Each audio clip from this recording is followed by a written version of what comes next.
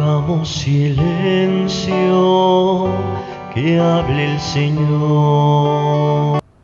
Buenos días, querida comunidad. El día de hoy reflexionamos el Evangelio según San Lucas, que es del capítulo 10, del versículo 1 al 12. Dice así: En aquel tiempo designó el Señor a otros 72 discípulos y los mandó por delante de dos en dos a todos los pueblos y lugares a donde pensaba ir, y les dijo: La cosecha es mucha y los trabajadores pocos. Rueguen por lo tanto al dueño de la mies que envíe trabajadores a sus campos. Pónganse en camino.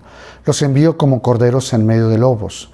No lleven ni dinero, ni morral, ni sandalias, y no se detengan a saludar a nadie por el camino. Cuando entren en una casa, digan: que la paz reine en esta casa. Si ahí hay gente amante de la paz, el deseo de paz de ustedes se cumplirá. Si no, no se cumplirá. Quédense en esa casa, coman y beban de lo que tengan, porque el trabajador tiene derecho a su salario. No anden de casa en casa. En cualquier ciudad donde entren y lo reciban, coman lo que les den. Curen a los enfermos que haya y díganles: ya se acerca a ustedes el reino de Dios. Pero si entran en una ciudad y no los reciben, salgan por las calles y digan: hasta el polvo de esta ciudad que se nos ha pegado a los pies, nos lo sacudimos en señal de protesta contra ustedes.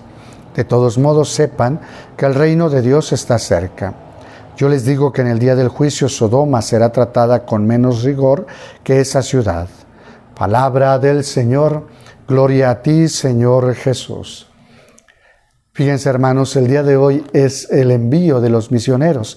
¿Y cuáles son las condiciones que nos pone el Señor? La primera es mandarlos delante de Él. Delante de Él no es otra cosa sino ir a preparar el lugar donde encontrarse, más bien el preparar el lugar para que Jesús llegue. Y es que cualquiera de nosotros que fungamos como enviados, tendríamos que hablar de Jesús, enamorar a la gente de Jesús, de tal manera que después de este Jesús venga ahora sí y tome posesión de los corazones ya enamorados de por sí de Él. Esta es nuestra función. No es que a nosotros nos veneren, no es que a nosotros nos busquen, sino que busquen a Jesús. Esta es la primera misión. La siguiente es de dos en dos. De dos en dos, ¿por qué? Bueno, antiguamente eran dos para que pudiera ser un testimonio fidedigno. Pero no solamente eso, sino también recuerden que dos forman ya comunidad. De tal manera que en el camino, lo único que tenga yo donde apoyarme es precisamente en el otro. El otro sea mi bastón, mi consuelo, mi amigo, mi ayuda. Es también aquel que me hace formar parte de la comunidad, donde yo no me voy a apoyar en otra cosa, sino en mi comunidad, en la oración de mi comunidad. Esa es lo que me va a sostener.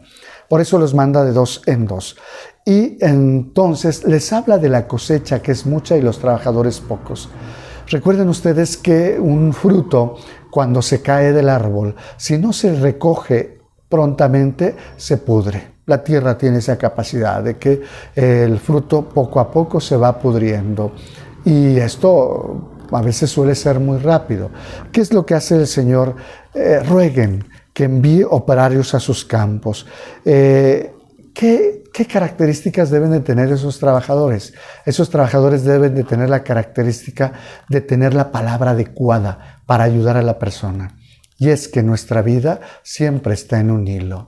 Cuando llegan circunstancias difíciles, cuando llegan problemas, cuando llega la enfermedad, si no hay alguien que me dé la palabra o me indique el camino adecuado, puede ser que yo me pierda.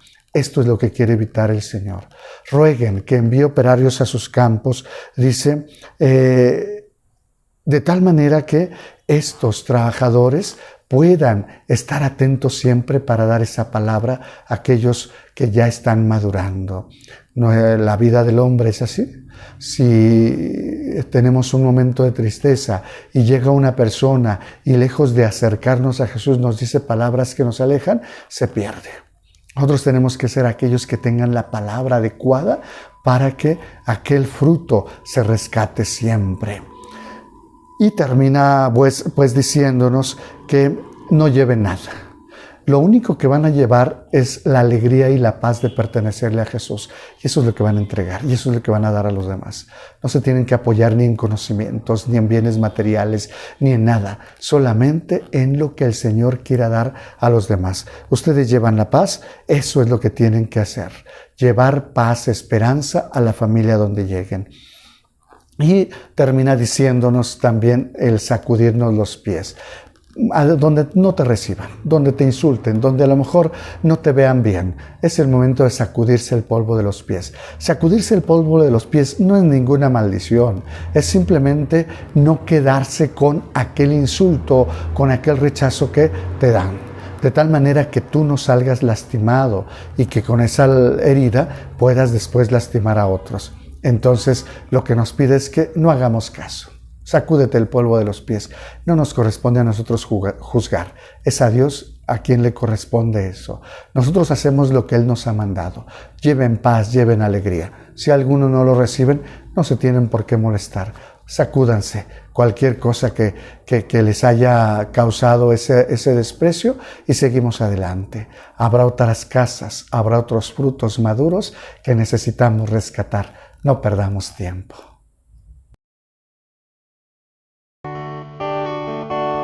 Hagamos silencio, que hable el Señor.